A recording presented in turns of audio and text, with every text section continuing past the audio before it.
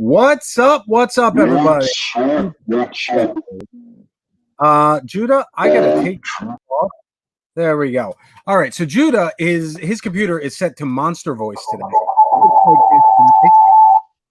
And he just thinks he's gonna live stream in here. Anyway, all right. Welcome to the Build and Grow with Real Estate Show. Today is Tuesday, September 5th, 14th, 15th. I don't know. It's one of those days. Today's the 15th. Oh, today's Tuesday, September 15th.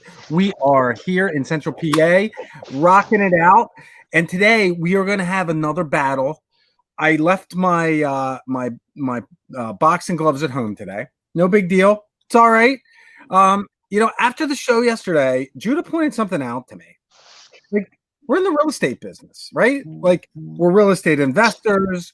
We are I'm a lender. Judah is a real estate agent. And the truth is, even though like I say some things sometimes where I'm just like, oh, the world's going to come to an end and this and that, I'm a pretty positive guy in general terms. And frankly, I'm pretty darn positive when it comes to outlook on real estate in general.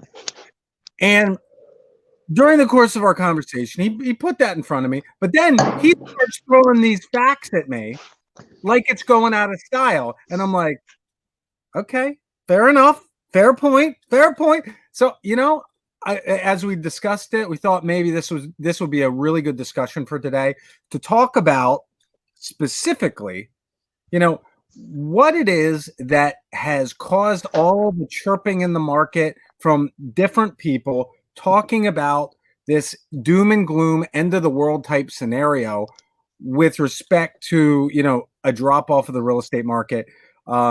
Judah has entertained some of my harebrained ideas from time to time.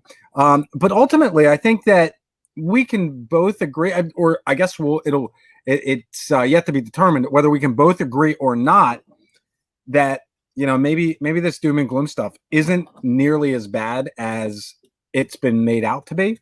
And certainly that I've tried to influence everybody that that it has been. So Judah, what say you? Yeah, I completely agree, and I think that we need to just keep a positive outlook when it comes to real estate and real estate investing, because even though there are going to be good times and bad times ahead of us, we need to remember that real estate is still going to perform likely better than any other asset class or investment out there. And I think that sometimes in our effort to be non-hypey, non-salesy, sometimes we come across as a little bit more doom and gloom than what we intend to. Yeah, Taz is out there saying hi. Hi, Taz. Taz is out there fighting a good fight on Facebook. If you're not friends with Taz on Facebook, you should be. He's a good Facebook follow. I haven't heard him chirping in here for a little bit though. So I know it's been a little bit. I wanted to say, what's up, Taz? It's been a little bit. Welcome, right. welcome to the show, Taz. So let's jump into this, my friend, because I think that I don't want to say too much to set it up. I think that we should just dive right in and kind of unpack it as we go. Okay, so the beginning of this year. First of all, my whole underlying argument for a crash of the real estate market has been based on this idea that we run in a 10-year debt cycle, right? And right now, if you go 2008 to 2018, we've had continual upswing of the real estate market. And so, just off the top of my head, like if I do the math, we're about 2 years overdue, And going into this year, I had it on my calendar that, all right, after the election, I was going to probably start buying property. And really, I relocated just over a year ago, and it was kind of feeling the market out, looking at it. I was like, man, things are a lot more expensive than the last time I lived in Central PA 7 years ago, 8 years ago, And I'm thinking, okay, let's see what happens. So that's argument number one. And this crazy thing happens in March, where we shut down all the airports for planes coming into the country. We shut down all the businesses. We shut down, all of this stuff, the schools, all this stuff. And the spring market disappears. Right. And all the people that wanted to move, that had to move, that were looking for a bigger place. They couldn't even go and see a property, right? And so we come out of that pandemic, and all of a sudden there's this explosion of demand. And I think that perhaps this kind of sheds some light on some weak spots in inventory, more so than just what we were seeing. So, I mean, you want to talk on that note, or should I just keep? Well, yeah, I mean, I think that there was definitely a fair amount of pent up demand. Yeah. And I think that we have seen a lot of that pent up demand be gobbled up recently. And I think that we are basically I think where we are right now in the market, we are at the end of that pent up demand phase. So I'm not saying that we're not still in a white hot real estate market. I'm not saying that we're not at the end of the. I'm saying that what we're seeing right now is legitimate strength in the market, not a bounce back from COVID. Does that make sense? Yeah, the second we go out and the second we can find Lysol wipes again in the grocery store, we're all going to go out and buy a bunch of Lysol wipes, right?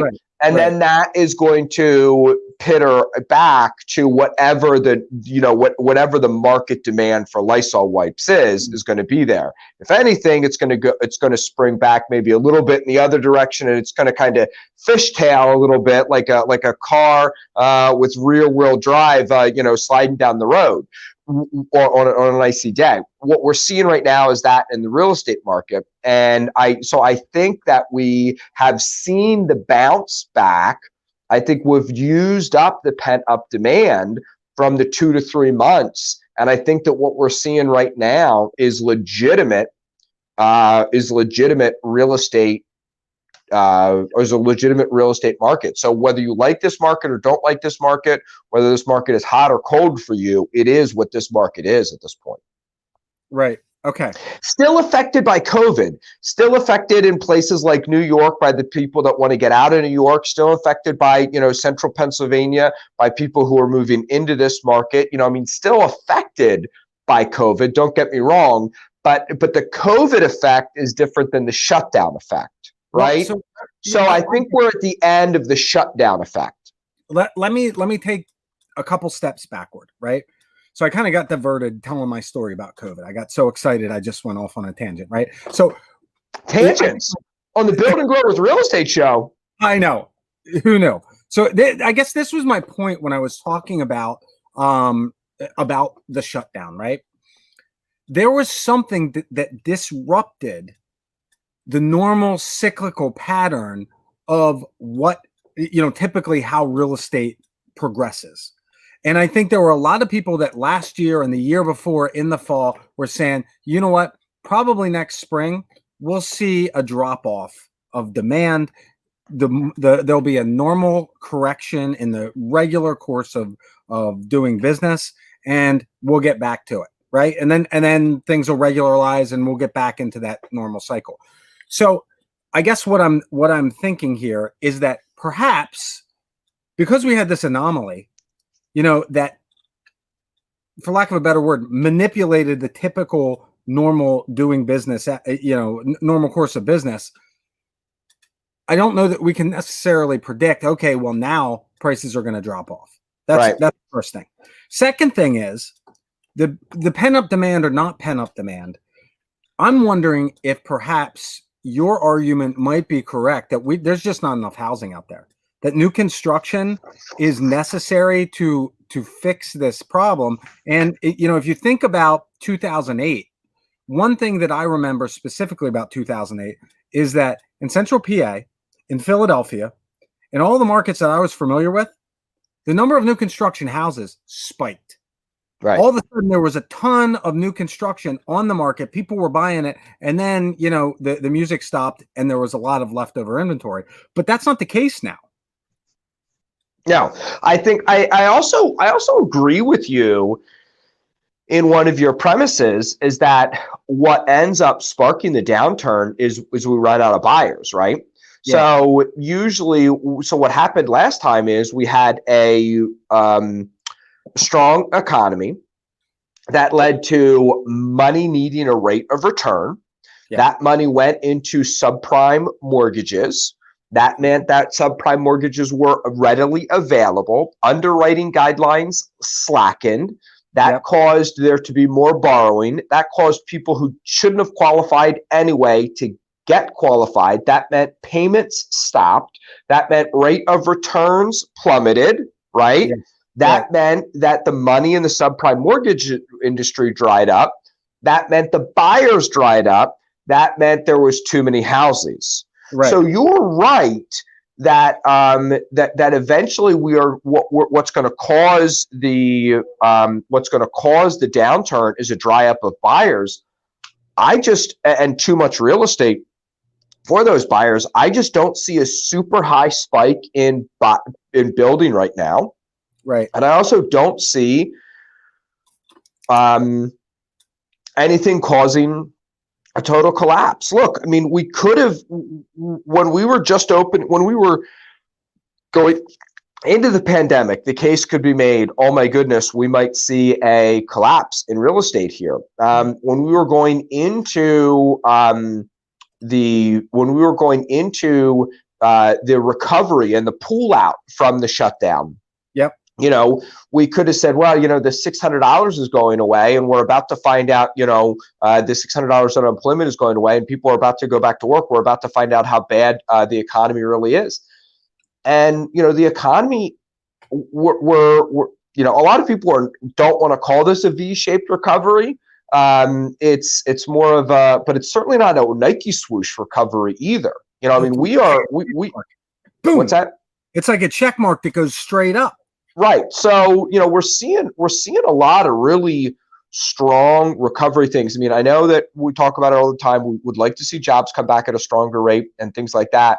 But we're really seeing some strong turnarounds in the economy. What that means is that there's going to be buyers there.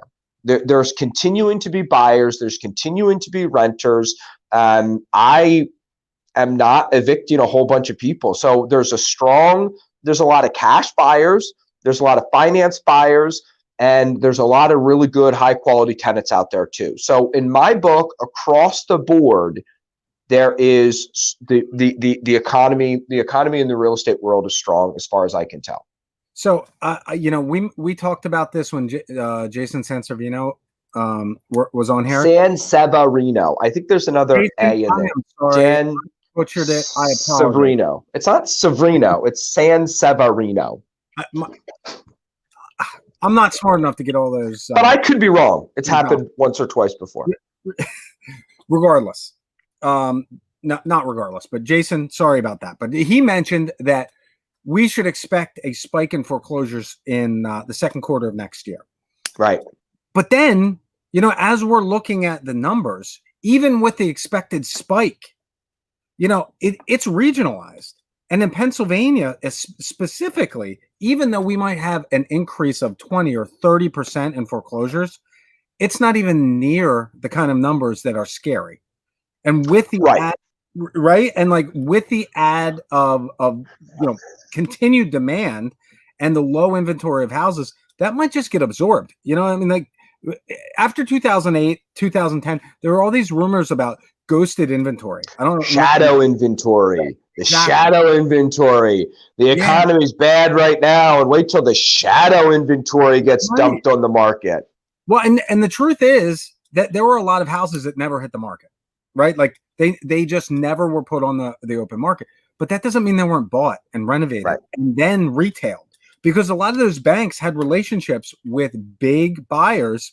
And when you have these big hedge funds, they step in. I guess this was the point that I wanted to make with this, with that part of the conversation, is anytime that there is a vacuum in the market, it gets filled. I mean, like there is going to be a building boom there. Like I'm going to check this for Friday's show, what the new construction and construction permits and starts look like, but I'll bet you they're pretty darn strong. Right? Like I'll bet you they are, and if they aren't yet, they will be come, once we get September's numbers, October's numbers, I would bet dollars to donuts that next spring we're gonna have a lot of inventory, a new construction. Don't talk about donuts. I'm fasting today until after 5 o'clock, so I don't need any conversation about juicy glazed sugary treats like donuts, please. All right, so we got that. The other issue that we got to talk about is the landlords and these evictions, because I think right now, the federal government stepping in, the CDC stepping in and keeping a moratorium on these evictions, it might be a blessing in disguise. Well, number one, it might be a blessing in disguise, but number two, I also don't think it's that big of a deal. I mean, listen, it bothers me. It pisses me off. It sticks in my craw. I emotionally signal react. I mean, you talk about triggered. I get triggered when we talk about eviction rules and laws and regulations. And here's why, Josh. And I think we've talked about this on the show before. If I were to walk into a store and take $800 cash out of the register, I would be charged with theft, right? Yeah. If I went to and they were like, not paying the rent. How is that different than not paying the rent? I'll tell you why. But you finish what you're saying. Okay, so here's a less extreme example. If I were to go to Red Lobster and run up a $800 bill and say, "Oh, that was delicious. Thanks very much. See ya, suckers," and leave. Right. Like society would have a major problem with me. But we as society, we just kind of, oh, my friend is late on the rent. Oh, that person, they were late on the rent, but I'll still give them a job or whatever. Like, not paying your rent is the exact same as stealing from a business. If someone was caught stealing, would you give them a job? I'm going to give you the flip side of the argument, right? There's a reason that these tenant advocacy laws are out there. It's because there have been some real scumbag landlords in the past, and they've taken advantage of people who are typically less sophisticated financially and put them in bad situations that are unfair. Let's use your Red Lobster example, which, by the way, if you spend $800 at Red Lobster, you are buying for the whole restaurant. Right. Right. So if Josh, between your kids and my kids, if we went to Red Lobster, I bet we'd have an $800 bill. It would be a serious bill. All right. So let's imagine instead you go to Red Lobster and they come out with a lobster that has worms crawling out of it. Right. And excuse me, not a Red Lobster, to a generic seafood restaurant. Right. Red Lobster might want to be a sponsor of this show at some future time. That would never happen at Red Lobster. Never. But let's say it happened at some generic seafood restaurant with a similar menu, right? And they brought out the biscuits instead of being delicious cheddar melting biscuits. They are frozen in the middle and burned on the outside. The biscuits are the reason I don't usually like generic large chain restaurants, but the biscuits at unnamed large seafood chain restaurant are amazing. They're worth it to go there. And good things about it, right? Like, come on. Exactly. Right. So, if the service, if you're sitting there and the waitress comes out or waiter comes out and says, "You guys suck. Give me your order," And then they spill a drink on the table. All right. Make your point. It's a terrible experience, and then they hand you an $800 bill, right? And you can't eat any of the food. Listen, I get it, and that's why there's an eviction process, and that's why there needs to be an arbiter called the district justice to make sure that you're actually owed the money and everything like that. But 9 times out of 10, if you're actually owed the money, no one actually cares, and no one feels bad for the landlord. No one feels sorry for the landlord. And I mean, theft is theft. I don't believe that, though. I don't believe that your premise here, right? Like, you got a straw man that is beating up these landlords. And I will agree that when you get to the eviction, you actually get to the eviction, it's a terrible situation. Right. What kind of percentage are we talking about? Right? And what percentage of the what the heck am I trying to say? What percentage of the population are scumbags? Like, if you look at the percentages of tenants that end up in eviction, I'll bet it is somewhat consistent with the percentage of scumbags in society. The tenets of society, the tenets that commit, mortgage theft are much higher than the percentage of tenants that commit, larceny and grand theft from whatever shoplifting and other things like that is. Maybe there are a lot of people. I mean, if you think about big box stores, they have a line item. That's true. 5%. Actually, it's like 5% shrinkage, and like 50% of it is internal, 50% of it is external. They know that half of their shrinkage happens from employees and stuff walking out the back door. I thought shrinkage was that Seinfeld episode with right. Well, I mean, listen, it's we're talking about a different shrinkage. Right. I mean, the point is, though, like, if you have employees, if you have tenants, if you have human beings that you're interacting with, a certain percentage are going to be scumbags, whether they're landlords, tenants, business executives, lower level, high end, whatever, all across society. I think that there's a certain percentage there, and the protections that you have for tenants are because there were no protections before. Right. Totally agree. Totally agree. And but I think that there's there's health inspectors and stuff like that in the restaurant world, and there's other things like that. But I think that we as society give too much of a pass when people don't pay their rent. I'll agree. Next point. I'll agree to that small line. All right. So this is my point with bringing up the evictions. Like, it's a huge problem, and if you're a landlord and a good percentage of your portfolio is defaulted on the rent, I don't think it is as big of a problem as everybody's making it out to be. I think there's politicians who want to talk down the economy right now for a whole bunch of reasons. But like, I've got the data in front of me. I'm not seeing a whole lot of evictions. I'm seeing a lot of evictions compared to a normal average month, but that's also coming out of the pent up demand for evictions. And when I say, okay, we have to put this in context, right? So at any given time, if you have enough units, you're going to have some percentage of your tenant base that's going to be in default, either in eviction or just behind.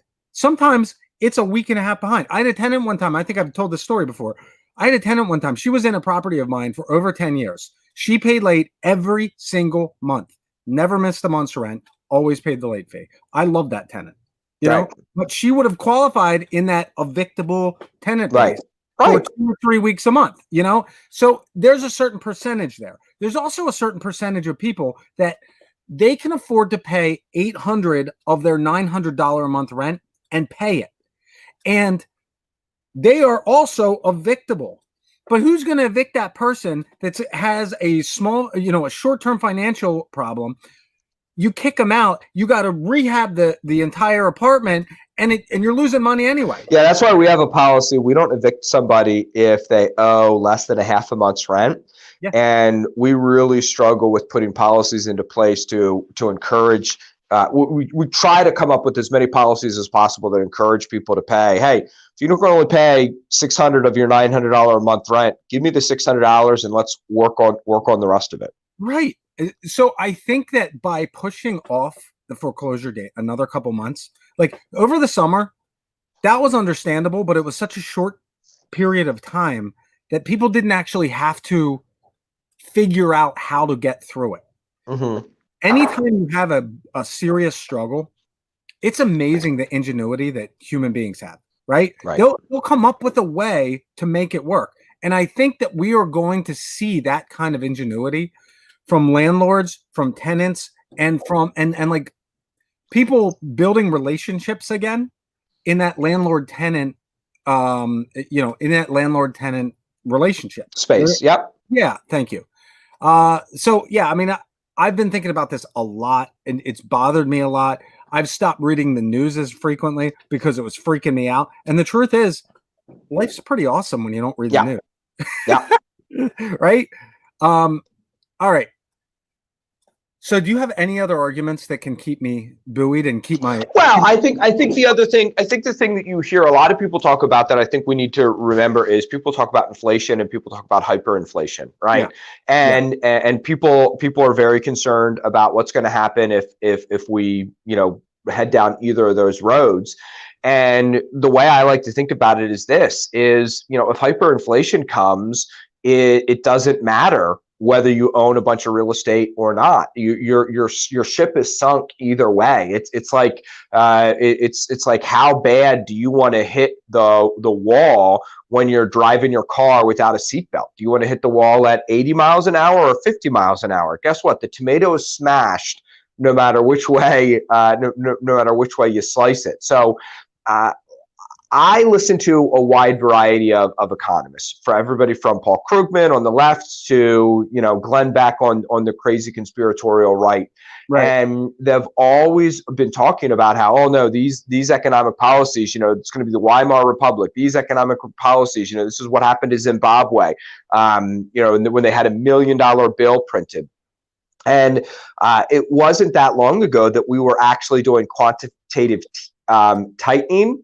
The opposite of quantitative easing. During the Obama years, we did quantitative easing, and then during the beginning 2 or 3 years of the Trump years, we did quantitative tightening, which is when you pull back out all of the money that you printed. And people talk about printing money, even though we don't really print money. It's essentially burning money to pull it out of the monetary supply. And Trump was really upset about it because he says, my GDP numbers would be a point or two higher if it wasn't for the Fed doing this quantitative tightening, which was good that the Fed was doing it, because now it's just that many more bullets in the Fed's gun to create inflation now, like they're trying to do. So we are going to be doing some quantitative easing things, and the market, not just with the Fed, but a bunch of different things, is looking like we're going to have an inflationary cycle. But I don't think just because we create inflation, we have dangerously low inflation, just because we have healthy or even maybe a little bit too much inflation doesn't mean we have hyperinflation. Everyone's been talking about this boogeyman hyperinflation like it's coming. I've been hearing about hyperinflation like it's 2 or 3 quarters away, or maybe even 2 or 3 months away for the past 20 years. Well, if you sat on the sidelines and you were afraid of hyperinflation and didn't do any real estate deals, where did that get you? I think there's a lot of people who are afraid to take action, and they're blaming hyperinflation. But you know what? If you're afraid of hyperinflation, what you should be doing is you should be buying 3 things: bullets, beans, and bottled water. The 3 B's. If you're not buying 3 B's of hyperinflation: bullets, beans, and bottled water. If you're not buying bullets, beans, and bottled water, this story you're telling yourself about hyperinflation is just something you're telling yourself to make yourself feel better about your inaction. So buy one of 2 things: buy the 3 B's or buy real estate. If put your money where your mouth is. Decide what you believe and do one of those 2 things. Okay, one more point here. That is, you touched on it with the quantitative easing, the low interest rates for borrowers. That is a huge factor in this whole game. I mean, if you look at your budget and you see, all right, I can pay $2,000 a month for housing. Well, 15 years ago, when you had a 6% mortgage, right? You could afford $300,000, a $300,000 house, if that much. Right now, same dollar amount or the same monthly payment, you're at $600,000. Right. No wonder prices are going up. It makes a heck of a lot. Don't check our math exactly on that, dear listeners. Follow the principle, not the letter of the law. I can see people out there actually calculating, and figuring out exactly where we are. The principle is, for the same dollars, because interest rates are 1/3 of what they are, not 30% lower, 1/3 of what they were. You're able to borrow so much more. That's exactly right. And you qualify to borrow so much more, which in and of itself is kind of ironic, right? Like, oh, you make $150,000 a year. You're going to qualify for a $600,000 mortgage at 3%, or 6%, whatever the heck the number is. Let's say you make $100,000 and you qualify for $500,000, and now the interest rate drops in half. You still make the same $100,000, but now we're going to give you $1 million. Right. Right?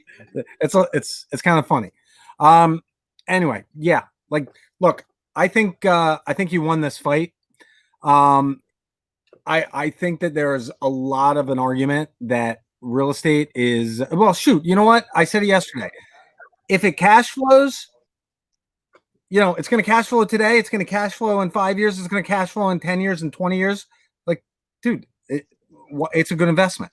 Yeah, it's a good investment. And if we, I mean, obviously, if we see hyperinflation, that's a different thing. But if we start to see some regular, healthy inflation, all that's going to do is inflate your mortgage away and inflate the difference between your rent and your mortgage payment to be a wider gap than what it is.